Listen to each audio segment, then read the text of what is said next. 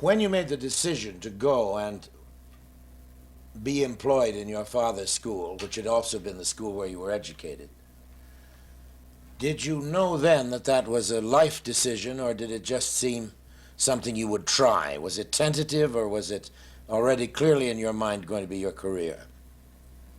I think it was fairly clearly in my mind that I'd had the experience at camp, and I thought that I had a gal who could stand up to my father better than I could. He was a dominant creature, as you jolly well know, who frightened... Old Testament prophet. Oh, God, yes. I don't know why he was not much bigger than I am, and yet he seemed to be a veritable giant. Yes. And his name, Noble Hill, you know. yes, and his nickname was the King. Oh yes, yes, he was, well deserved.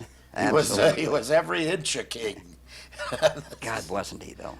And but you were accepting the process. You were going to accept the crown when the time came, and you'd made a decision. There was a certain amount of selfishness involved in it, because he had really, Orson, a lot of property. Nothing like we had when you knew it. We'd extended it out to several hundred acres with farm and so on. But he'd bought this property that Presbyterian Princetonian had come out and had a little money and built a gorgeous home on the He was an awfully prairie. good businessman, wasn't he, your father? Yeah, he took a rundown school, and he was a Canadian Scotsman. And some way he could get bankers to just do anything for him, and anything that the banker would loan him money for, he'd build. I know my mother, who had none of that confidence. She was the sister of 5 brothers, sons of this preacher who had started Berea College. But the only time I've ever heard her denigrate her husband was, "Oh, Roger, your father is such a plunger." All she could see was he had all these debts, fantastic debts for a fellow who had just a little property to back it up on. And her family had come money. as a poor school teacher. As a poor school teacher, and he ended up... no resources. When you knew him, I was just getting in, and he was a moving to propertied man. California, and my lord out there, then he builds a flat apartment building, and for its mortgage is half gone. He builds another, he buys several homes, and an orange grove. And What we've got here is the picture of an Old Testament prophet mixed with a wheeler dealer. Exactly, something that, well... I don't mean a crooked one. No, but the folks who went to Hawaii, the missionaries, yes, had some of that... keen sense of mixing exactly. God and mammon. And, well... So you feel that there was a selfish element in it that you... Sure. In fact, he actually said when... well, if you're not interested, there are 2 or 3 of our teachers that I want this school to go on, and maybe I don't think he ever would, because he believed in primogeniture and so forth, but at least I thought he might do it, give it away to, or turn it over. And there you had some a of wife his faculty. And a child. And I had a wife and child. And the experience of doing well with boys in the boys' camp in a camp, yeah. So it really was, you knew what you were doing when you joined. Yeah, and as you said that, or did you say that on camera, I'm not sure, that I started out as an athletic director. That was an amazing thing, too, this kid Say called that again Cuny. without the thing about camera. As you said. As you said, I started out as an athletic director, and you... That's what you were when I came. And that's, yes, but I was sort of getting out of it. But you were very successful, because you had coached basketball teams who had great success in the Midwest. You'd written a book on basketball. Don't make fun of it. It was a bestseller, your book. Of course it was, but it was only because I'm an opportunist. What does that mean? Well, the basketball was just starting in those days, and all of a sudden it took the country by storm, and every school had to have a basketball team, and nobody knew much about coaching it, and so the board of directors, the superintendent of schools would ask maybe the math teacher, I want you to coach a basketball team. So you wrote a textbook. So the math teacher needed some help, and there had been a couple of good books written on it, but You wrote the best one. Yes.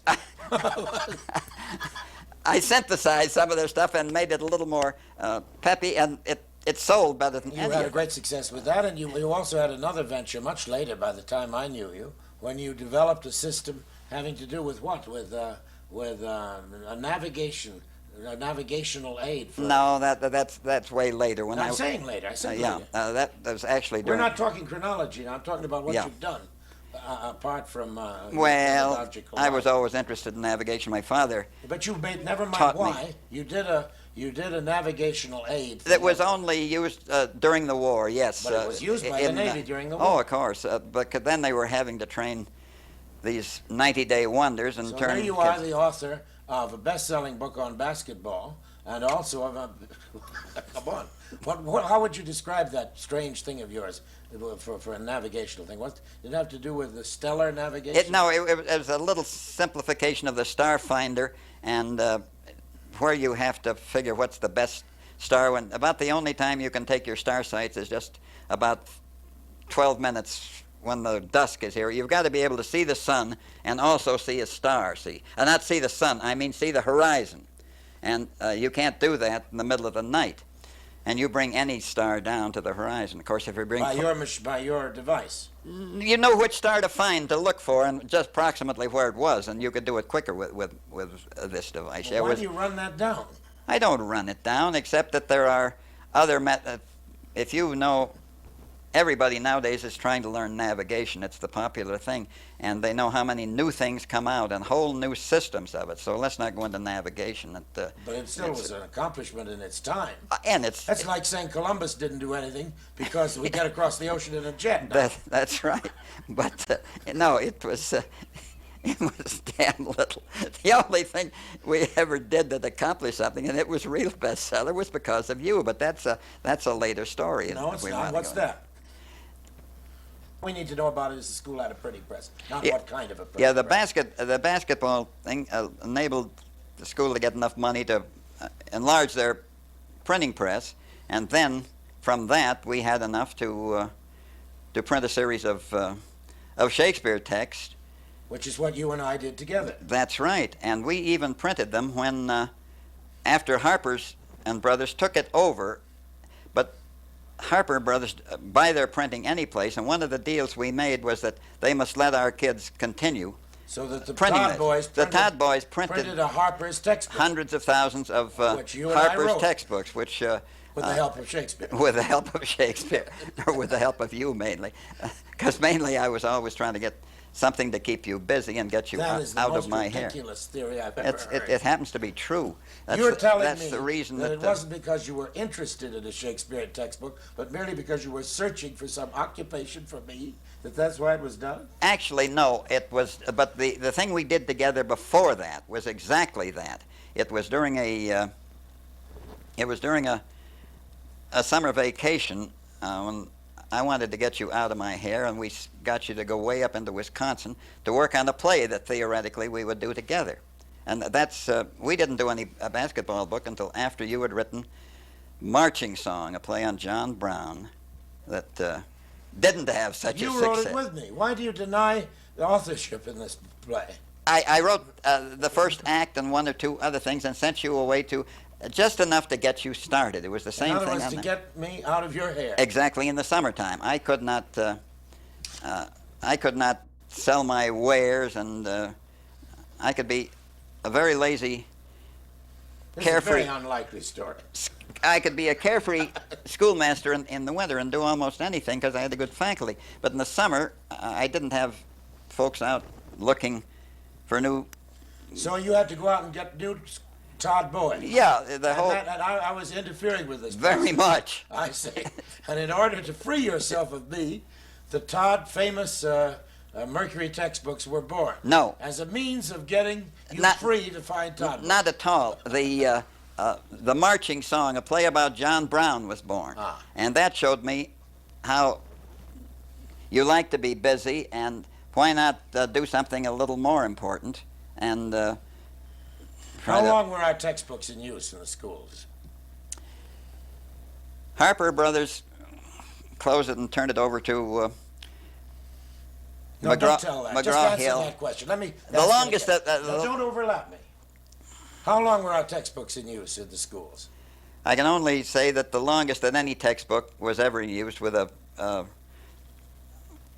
copyright that was maybe 8-10 years old. They schools like to have new things. It must be new. I still don't understand the answer. I'm sorry. How long was it? I've forgotten. Maybe 12, 15 years. 15 years. Yeah. But it was a sort of a record. That's what I'm trying to say. Oh, it was. It was a good record. It was a good record of the one copyright going on. You see, schools want something new all the time. Well, let's give them one. Yeah. Well, the textbooks, the Shakespearean textbooks, and we did several of them. Printed by the boys and published by Harper's. Were a professional. That was a professional endeavor. I'd like everybody to understand. Oh boy, was it! It was a big success. And it turned into a tremendous success. But nothing lasts forever, and it lasted longer than any textbook I ever printed, I believe. Really? Yes. With everyone wants a new copyright, and we left that same one 14 years at least, maybe 16. I'm not sure. And that's a kind of record? It's a kind of record, and everybody's trying to get now. The few copies I've got left are collector's items, and that's why I bring a set for your daughter now, but everybody else wants one, and they're just hard to get. Oh, I suppose if we advertised, we could get a lot of them. The hardcovers are particularly hard to get. Yeah. Well, I think it ought to be explained that what we did was to produce a number of plays with stage directions and lots of illustrations. And all down the margin, your little illustrations. And which were to be accompanied, and were accompanied, by records made by Columbia Records. Right. With a professional cast, Mercury actors doing these Shakespearean plays, so that you could read the words, see the pictures, and hear the words at the same time. But the textbooks were successful and the records not. Why was that? Because it was just before LP came in, and you had 25 records to a play, and even that was a shortened version of a play. In other words, it was 3.5 minutes. 3.5 minutes per record, and it was too confusing to change that often. However, people did use them, and what I was thinking of now is that you've got a daughter. We saw her. She's directing a play here in Sedona, Arizona, and she did it very well. It's a kind of a Don't tell all about drunkard. that. Anyway, say you've got a daughter again. Don't get off into all that. You've got a daughter. You've got a daughter who's been directing shows here in Sedona, and I don't see why she can't do what any number of schools have written me, that they had great success with their Shakespeare plays because they could take it off of our records and off of our books, and there her cast can learn it right off of the sound. It's I've changed the sound from records to tape now, so I can give her tapes of it. And hopefully without a telephone ringing during it. When I arrived in Todd, the great basketball glory days were coming to a close, and you were then engaged in your capacity as gym teacher in acrobatics. There was a lot of work on the horizontal bar, which made my life a living hell, because I needn't say that type of operation is not what I was born to excel in. Yeah, that was because I knew I had to get, you can't teach in the school unless you have some accreditation. And there was a course offered by, who was the great man who ended up dropping from parachutes when he was 90 years old, the great Bernard McFadden. Bernard McFadden. He had a school in Chicago that was accredited for Illinois. And this is the real point, though, excuse me. Yeah. The real point was you had a couple of terribly good acrobats. No, the point was that I had learned in this school, there was they were teaching acrobatics, and they taught things that I could never do, but I learned how to use a net and to use a tumbling belt and so on, and I found I had a lot of children who were very talented in it, and I developed a traveling troupe of people who did fantastic things. And that was what was going on when I joined Todd, and you That's can right. imagine my horror. Scared the hell out of most kids, not And- only you, and but a I few was- of them were geniuses. It wasn't so much that it scared me. There was no reason to suppose I'd ever be able to be in a position to be scared. Yeah. I could never even begin that sort of stuff. And that is why I took up dramatics. Didn't I you? would not now be in show business if you hadn't been teaching acrobatics when I came to Todd. Because in an attempt to get your attention, I decided to excel in something. And that was in show business. Right, and we were just shifting over to that, and Well, no, you were doing musical comedy, very yeah, different. very no, Very that's good musical comedy. that's show but different, business. Yeah. Yes, Yeah, but I'm not my kind. no, Although but, I was pretty good in the chorus. Though. you're crazy. We had kids your size, chump. I'll get it pretty soon. Chubby little folks who had a sort of female bodies made choruses. What are you trying to say? You were just fit for that, but you had a voice. We had to give you a lead, even as a young person. I remember you had to look up to the girl, that your leading lady in one of these. I sang, things. now girls are found in every port and harbor. Girls and something, but not for me. That's why I'm leaving for Hawaii. Hawaii's calling me. Up with the backdrop. How'd you like to be a hula maiden? How'd you like to be a hula gal? God, you remember more than I did. You see, in those days, the Triangle Club from Princeton and other clubs traveled around the country. It was a big fad. All male musical comedies by colleges. Yeah, It so was I began my very career corny as- stuff, and I took it up because I had written one of those in college that in Illinois. And so I knew that, and that's what I started on. We happened to have Carl Hendrickson, as you remember, Yeah, who, never mind that. who could write some. Never mind that. clever It's not interesting to it. It is. He No, was. it's not. He was a good tune We don't writer, care.